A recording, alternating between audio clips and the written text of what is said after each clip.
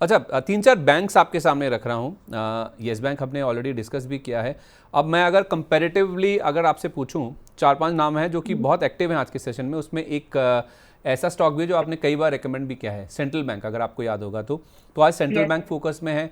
IDBI bank में move काफ़ी अच्छा देखने को मिला है। यूको बैंक में हम देख रहे हैं कि काफ़ी दिनों के बाद कुछ एक्टिविटी बनी है, और यूको बैंक का शेयर अगर आप देखेंगे तो आज के सेशन में 6.5% के आसपास की मजबूती दिखा रहा है। 3 करोड़ 32 लाख शेयरों का वॉल्यूम हो चुका है, 28 रुपये के आसपास का प्राइस है। और चौथा येस बैंक हमने डिस्कस भी किया है। इन चारों को अगर मैं कंपैरेटिवली आपसे पूछूं, बेस्ट ऑफ द लॉट, या एक या दो, या फिर पैकिंग ऑर्डर के हिसाब से अगर देखा जाए तो कौन सा अच्छा है?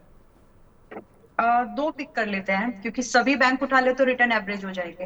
हम्म। We got to try to pick the one जिसमें रिस्क कम और प्रोबेबिलिटी परसेंटेज वाइज जो है थोड़ा ज्यादा दिख सकता है। तो हम्म। अगर आप मुझे मेरे सामने एचडीएफसी बैंक रख दे, आईसीआईसीआई बैंक भी रख दे, सेंट्रल बैंक रख दे, यूको बैंक रख दे, पीएनबी रख दे, हम्म। मैं पांचों छह बैंक में से मैं यूको और सेंट्रल बैंक को ज्यादा बाई के लिए ज्यादा प्रेफर करूंगी। इसके रीजन है इनकी जो बैलेंस शीट्स हैं, जो इनकी बुक्स हैं, वो साथ में प्राइस छोटे रिस्क पर मिल रहा है। अगर आपको सेंट्रल बैंक 33 रुपए के समथिंग चल रहा है, सुबह भी हम्म। आज मैं कहीं पर थी तो मैंने बाइंग ही रिकमेंड किया था, उस समय 32 था। हम्म। 30 पर पहले भी रिकमेंड किया है, और मेरा कन्विक्शन इसके प्राइस को देखते हुए और बढ़ता ही जा रहा है। पहले से पहले जो था, मतलब वो पिक्चर जो देखी थी वो अभी रियलिटी होते हुए नजर आते हैं, क्योंकि प्राइस वैसे गवाह मतलब वैसे सिम्टम्स दे रहा है। तो हम्म। फिलहाल central bank is something that we can bye.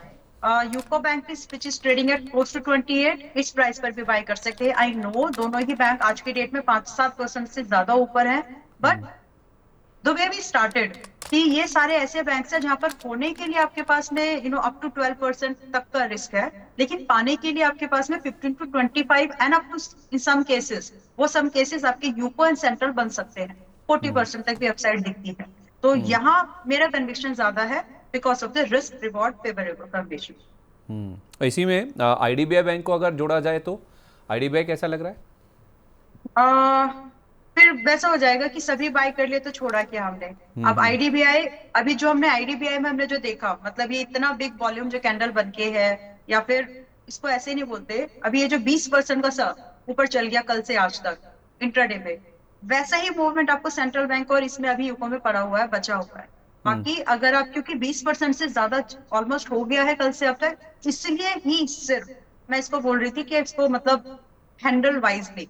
तो अगर आप ये मैनेज कर सकते हो, मैं आपको ये सलाह दूंगी कि 91 से, ऐसे भी नहीं एक्चुअली, 91 से 85 की रेंज में बाय किया जा सकता है। अब आपको ये सोचना है कि क्या आप इतना रिस्क ले सकते हो, क्योंकि यहाँ से वो रिस्क 15% नहीं है। आपका हम्म। कम से कम स्टॉप लॉस जो बैठेगा वो बैठेगा 70 रुपए का। तो हम्म। आपको जमता है क्या ये, मतलब I you comfortable with it?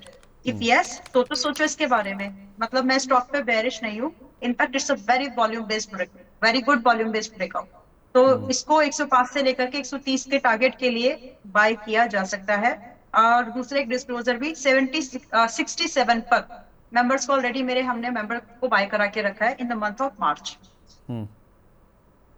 ठीक है, ओके। तो रिस्क रिवॉर्ड अच्छा नहीं है, इसलिए आप चाहें तो इसको अच्छा अवॉइड है, कर। वाइजली मैनेज करना है। टारगेट बड़े हैं लेकिन परसेंटेज वाइज लॉस थोड़ा सा बड़ा हो सकता है। तो हम्म। कैलकुलेशन अपनी क्वांटिटी के साथ कर लो एडजस्टमेंट, थोड़ा काउंटर बुलिश अच्छा चलेगा, लेकिन परसेंटेज थोड़ा मैनेज कर लीजिएगा।